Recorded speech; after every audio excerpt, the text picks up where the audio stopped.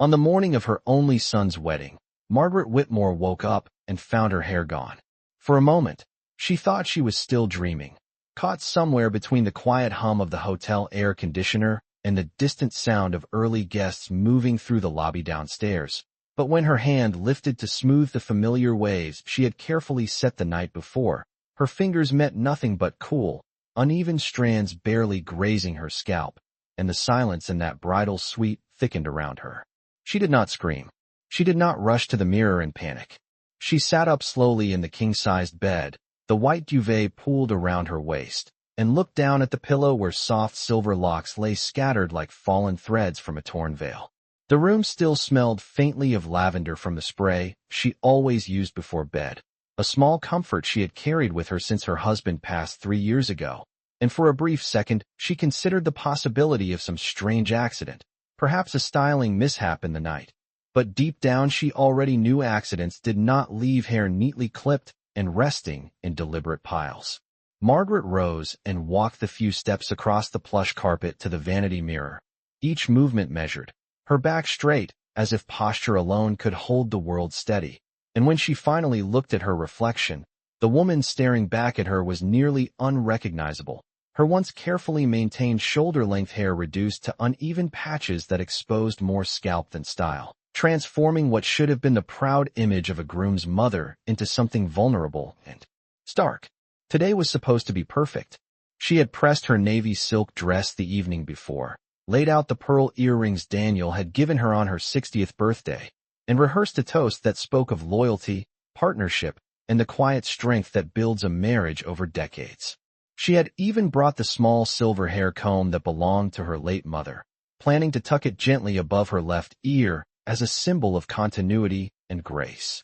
Instead, she stood in a sunlit hotel suite at 7:30 in the morning, on the day guests would gather at St. Andrew's Church and later at the Lakeside Country Club overlooking the Connecticut shoreline, confronting a humiliation so personal it felt almost surreal.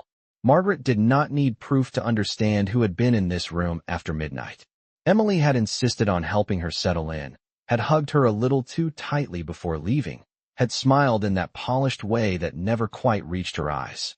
Over the past year, there had been small comments disguised as jokes, subtle corrections about seating arrangements, gentle reminders that the day is really about the bride, each one shaving away at Margaret's place in her own family just as surely as the hair now lying across the hotel carpet. She inhaled slowly, steadying herself as church bells in the distance began to practice their chime for the noon ceremony. And in that quiet space between shock and decision, Margaret chose the only thing she still fully owned, her composure.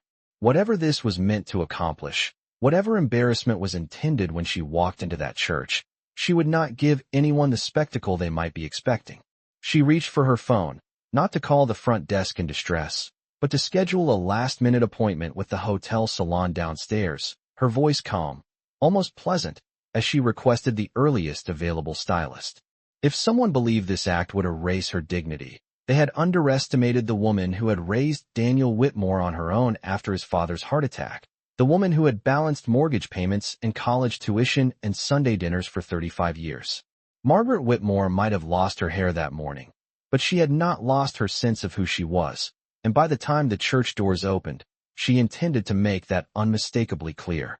The salon on the ground floor opened at 8 o'clock sharp, and by 8:15 Margaret was seated in a leather chair facing another mirror, this one brighter and far less forgiving than the soft vanity light upstairs. Yet she held her chin level and her shoulders square as the stylist, a woman in her early 40s named Carla, gently examined what remained of the uneven cut. There were no dramatic questions, no gasps, only a professional pause followed by a quiet suggestion that the cleanest solution would be to even everything out into a short, elegant crop that would look intentional rather than accidental, and Margaret nodded once as if she had already decided this herself long before stepping into the elevator. As the clippers hummed softly, trimming the last fragile strands into a refined, close style, Margaret watched her reflection without flinching, noticing how the shape of her face emerged more clearly, how her cheekbones appeared sharper, how her blue eyes seemed almost brighter against the simplicity of her new look. It was astonishing how quickly a perceived loss could begin to resemble transformation when viewed through a different lens. She paid the bill, added a generous tip, and thanked Carla for her discretion, then returned upstairs to finish preparing for the ceremony, laying out her navy silk dress across the bed once more, smoothing the fabric with deliberate care, fastening her pearl earrings with steady hands, and choosing a small ivory fascinator with a delicate net veil that framed her face in a way that felt classic rather than apologetic. Outside her window, late morning sunlight spilled across the parking lot and the distant trees lining the shoreline, promising a mild 72-degree afternoon, the kind brides pray for and photographers love, and Margaret allowed herself a single, measured breath before reaching for her phone. There were several missed calls from Daniel, likely about seating charts or the timeline for family photographs, but she did not return them immediately, sensing that her first appearance would speak more clearly than any reassurance offered through a screen. Downstairs in the hotel lobby, wedding guests were beginning to gather, men in tailored suits adjusting cuff links, women in pastel dresses discussing floral arrangements and traffic on Interstate 95, and when the elevator doors opened and Margaret stepped out, a subtle hush moved through the small crowd, not because she looked undone, but because she looked strikingly composed, the short silver hair giving her an air of quiet authority that no one had anticipated. A few curious glances lingered a second too long, yet she met each one with a calm smile, offering polite greetings and light comments about the beautiful weather as if nothing at all were unusual, and that restraint carried more weight than any accusation ever could. She knew that by noon she would be standing in the front pew of St. Andrew Church as the mother of the groom, cameras flashing, organ music swelling, eyes turned forward, and she understood that somewhere nearby, someone would be waiting for signs of embarrassment or distress. Instead, what they would see was a woman who had chosen grace over spectacle. Margaret did not yet know how the day would unfold once the ceremony began, but she was certain of one thing as she adjusted the small veil over her forehead and walked toward the waiting limousine that would take the family to the church. Whatever had been meant to diminish her had already failed, because dignity, once firmly rooted, does not depend on hair, approval, or anyone else's idea of control. St. Andrew Church stood against a clear Connecticut sky, its white steeple cutting sharply into the late morning light, and as the limousine door opened, Margaret stepped onto the stone walkway with measured grace, the faint scent of freshly cut grass drifting from the lawn where folding chairs had been arranged for photographs. Inside, organ music drifted through the open doors as ushers guided guests toward polished wooden pews, and whispers followed her not because she appeared undone but because she appeared different, transformed in a way that felt deliberate. Daniel was waiting near the entrance in his charcoal suit, adjusting his tie for the third time in less than a minute. And when he finally noticed his mother, his expression shifted from distraction to confusion and then to something that almost resembled guilt. His eyes lingered on her shorter hair, on the delicate veil framing her composed face, and for a second he opened his mouth as if to ask a question, yet no words came. Margaret placed a steady hand on his arm and offered a small, reassuring smile, the kind that mothers perfect over decades, a smile that says everything is under control even when nothing is simple. Across the foyer, Emily stood with her bridesmaids in a gown of ivory lace, her posture immaculate, her makeup flawless, and when her gaze met Margaret's there was a flicker, brief and nearly invisible, of surprise that the older woman was not hiding in a hotel room or avoiding the front pew. Instead, Margaret walked directly toward her, extending a calm greeting, commenting on how beautiful the arrangements looked and how fortunate they were to have such perfect weather for a June ceremony by the water. The exchange lasted less than 30 seconds, yet in that span Emily's smile tightened at the edges, as if she had expected a tremor that never came. Guests settled into their seats, programs rustling softly, the air inside the church cool against the warm afternoon outside, and Margaret took her place in the first pew on the groom's side, back straight, hands folded neatly over her clutch. From that vantage point, she could see the stained glass windows catching sunlight, scattering color across the aisle where petals would soon be scattered, and she allowed herself a quiet moment of reflection. This building had witnessed baptisms, funerals, anniversaries, and now another wedding, and it had seen families at their most united, and at their most fractured. As the processional began and the doors at the back of the church opened, all eyes turned toward the bride. Yet Margaret sensed that a few curious glances still returned to her, measuring, evaluating, searching for signs of discomfort. They found none. When Daniel stepped forward to meet Emily at the altar, Margaret's expression did not waver. She listened as Pastor Reynolds spoke about commitment and integrity, about the promises made in daylight and kept in darkness, and each word seemed to settle into the room with a weight that extended beyond the script of the ceremony. She did not need to interrupt or expose anything to command attention. Her silence, deliberate and unwavering, carried its own quiet authority. And somewhere beneath the music and the vows, beneath the polite applause and the clicking of cameras, a subtle shift had already begun, because the woman many assumed would shrink from humiliation had instead chosen to stand fully visible, and visibility, when paired with composure, has a way of unsettling those who expected surrender. By the time the ceremony concluded and the newly married couple walked back down the aisle to a swell of organ music and polite applause, the afternoon sun had shifted slightly, casting longer beams of light across the church steps where guests gathered for photographs. Margaret stood just to the right of the entrance as the photographer arranged family members in careful rows, calling out instructions about shoulders, chins, and spacing. And when her turn came to stand beside Daniel, she stepped forward without hesitation, smoothing the front of her navy dress and lifting her chin with quiet assurance. The camera clicked several times, capturing a moment that would eventually sit framed on mantels and inside albums. Yet beneath the surface of those polished smiles, there was an undercurrent only a few could sense. Emily's hand tightened around her bouquet when the photographer suggested one image of just the bride and her mother-in-law, and for a fleeting second her composure seemed thinner than the lace at her sleeves. Margaret did not comment on it. She did not need to. Instead, she leaned slightly toward Daniel and whispered that he looked handsome, that his father would have been proud, and in that brief exchange Daniel's eyes softened, confusion mixing with something heavier, something like dawning awareness. After the photographs concluded, the reception awaited at the Lakeside Country Club, where round tables dressed in white linen overlooked the shimmering water beyond tall windows, and servers moved efficiently between guests carrying trays of sparkling cider and champagne flutes. Laughter floated through the room, light and practiced, as though the entire day had unfolded without interruption. Margaret entered the ballroom with steady steps, offering greetings to distant cousins and old neighbors who remarked on her striking new hairstyle with cautious compliments, unsure whether it was a fashion choice or something else entirely. She accepted each comment graciously, responding that sometimes change arrives unexpectedly and one simply decides to wear it well, a statement that lingered longer in the air than the polite chuckles that followed. At the head table, Emily's posture remained impeccable, yet her gaze drifted repeatedly toward Margaret as if searching for a crack in the older woman's composure. There was none to be found. When the band began to play and guests took their seats for dinner, Margaret felt the subtle weight of anticipation building, because she knew that later she would be invited to speak, to offer a toast as the mother of the groom, and in that moment the room would quiet again, not with suspicion but with expectation.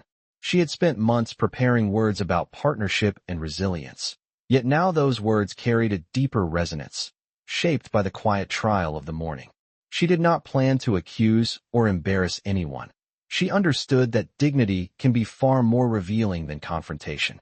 As she sipped her water and listened to the clink of silverware against china, Margaret recognized that whatever had been intended to diminish her presence had instead sharpened it. And in the glow of crystal chandeliers and lakeside sunlight, she realized that composure, when maintained under pressure, has a way of shifting the balance of an entire room without a single raised voice.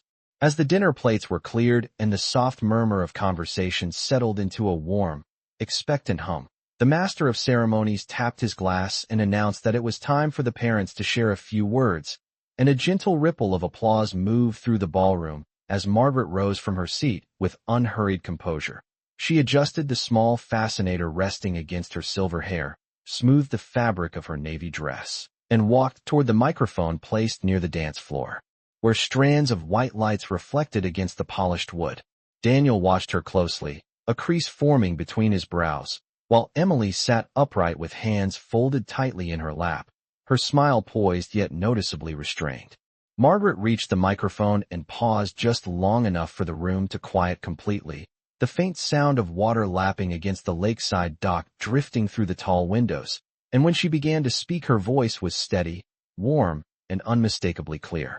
She spoke of the first time she held Daniel in her arms in a small hospital room in Hartford, how she had promised to raise him with integrity and kindness, how she had taught him that character is revealed not in moments of celebration, but in moments of privacy when no one believes they are being observed.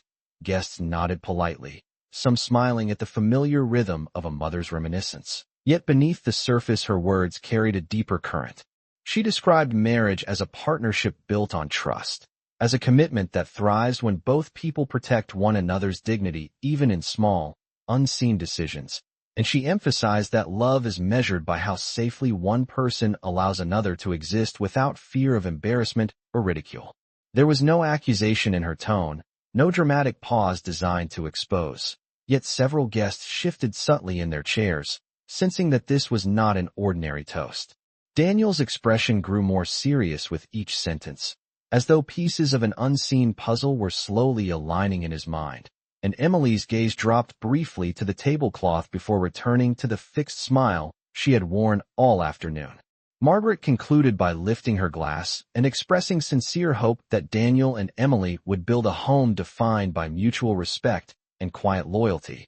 Then she stepped away from the microphone without flourish, leaving behind a silence that lasted half a second longer than expected before applause resumed.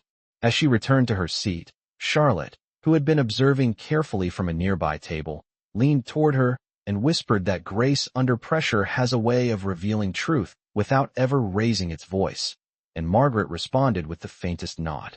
Across the room, Daniel excused himself from a conversation and approached his mother, his steps deliberate, his expression no longer confused but contemplative, and although he did not yet ask the question forming behind his eyes, Margaret sensed that it would come soon. The atmosphere of the reception had shifted in ways subtle yet undeniable, as though an invisible current now moved beneath the music and laughter, and Margaret understood that sometimes the most powerful response to humiliation is not exposure but clarity, because clarity invites others to look more closely on their own. In the glow of chandeliers and the reflection of water beyond the windows, she remained composed, aware that the day was not over and that the quietest moments often carry the greatest turning points.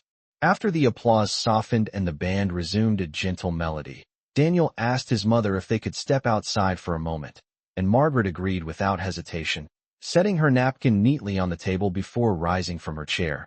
They moved through the tall glass doors onto the terrace overlooking the lake where the late afternoon sun shimmered across the water in long silver streaks, and for a few seconds neither of them spoke. The distant sound of laughter and clinking glasses, filtering through the open doors behind them. Daniel finally turned toward her, his expression no longer uncertain but searching, and he asked quietly when she had decided to change her hair so drastically. It was not accusation in his voice but confusion, as though he sensed that the answer carried more weight than a simple styling choice. Margaret met his gaze steadily and replied that sometimes circumstances force decisions earlier than planned, and she asked him, just as calmly, whether he truly believed she would choose such a dramatic change on the morning of his wedding without reason. The question lingered between them, carried lightly by the breeze off the lake, and Daniel's posture shifted almost imperceptibly as the possibility settled into place.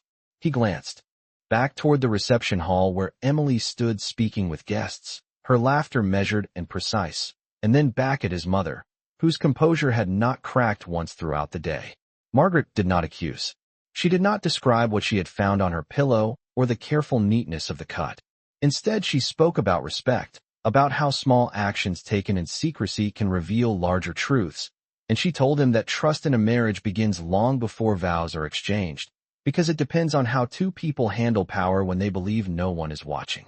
Daniel listened in silence, the weight of her words pressing more firmly than any confrontation could have done, and he asked, almost reluctantly, whether she had any proof of what she was implying. Margaret held his gaze for a long moment before explaining that the hotel security desk had confirmed movement in the hallway outside her suite shortly after midnight, and that while she had not yet reviewed the footage personally, she knew it existed and could be requested if necessary. She delivered this information without drama, as a simple fact rather than a threat, and that steadiness unsettled him more than anger would have. Inside the ballroom, the music swelled as guests began to gather near the dance floor for the couple's first dance. Yet out on the terrace time felt suspended, narrowed to the quiet exchange between mother and son. Daniel exhaled slowly and ran a hand through his hair, a gesture he had carried since childhood whenever he was trying to understand something difficult, and Margaret recognized in him the same moral compass she had worked so hard to cultivate. She told him that she would not disrupt his wedding day, that she would not create a public spectacle, but that he deserved to walk into his marriage with clear eyes. Her voice remained gentle, yet unwavering, and as the first notes of the dance drifted through the open doors, Daniel realized that whatever had occurred that morning was not an accident of fashion but a test of character, and that the quiet strength standing before him was offering him a choice rather than a scene. Daniel remained on the terrace for several seconds after his mother finished speaking, the distant applause for the first dance drifting through the open doors like a reminder that celebration was continuing without them. Yet his attention no longer belonged to the music. It was fixed on the quiet certainty in Margaret's eyes. He asked her, in a voice lower than before, whether she intended to request the footage immediately, and she answered that she would only do so if he believed it was necessary, because this day was not about proving a point, but about ensuring he understood the foundation on which he was standing. That distinction settled heavily between them. Daniel had always believed that integrity was something abstract, something discussed in classrooms and sermons, yet now it felt immediate and personal, woven into the very fabric of the vows he had spoken less than an hour earlier.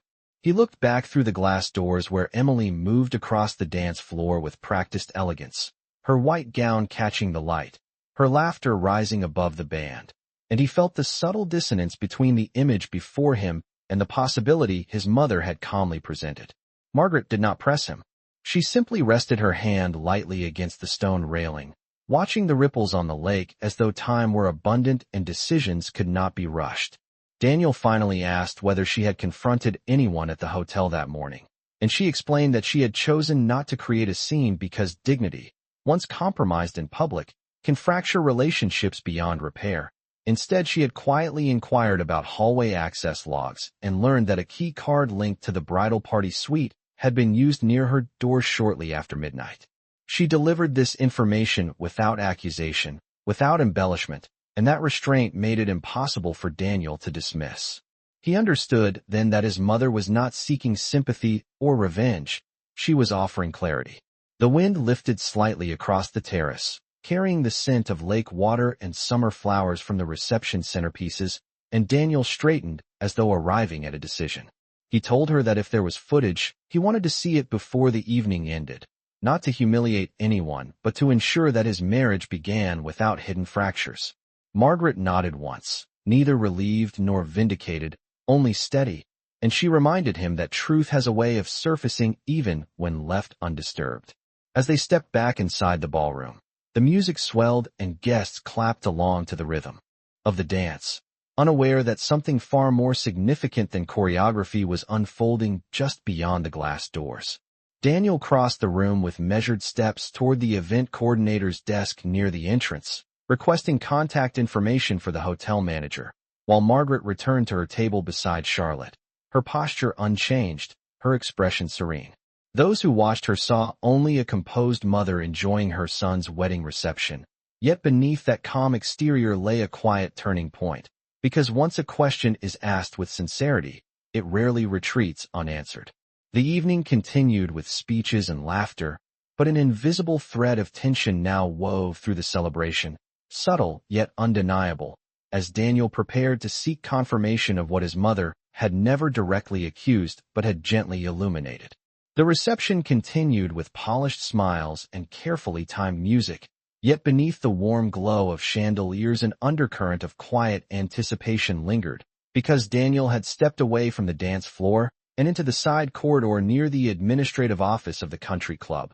where the event coordinator provided him with the direct number for the hotel manager overseeing guest accommodations. His voice remained controlled as he explained that he needed confirmation of hallway access logs from the previous night, and although the manager hesitated at first, Daniel's tone carried enough authority to secure a prompt response. Within 20 minutes, an email arrived containing a time-stamped still image from the security camera positioned at the end of the hotel corridor, and Daniel requested to view the short video clip in the privacy of a small conference room adjacent to the ballroom. Margaret did not follow him.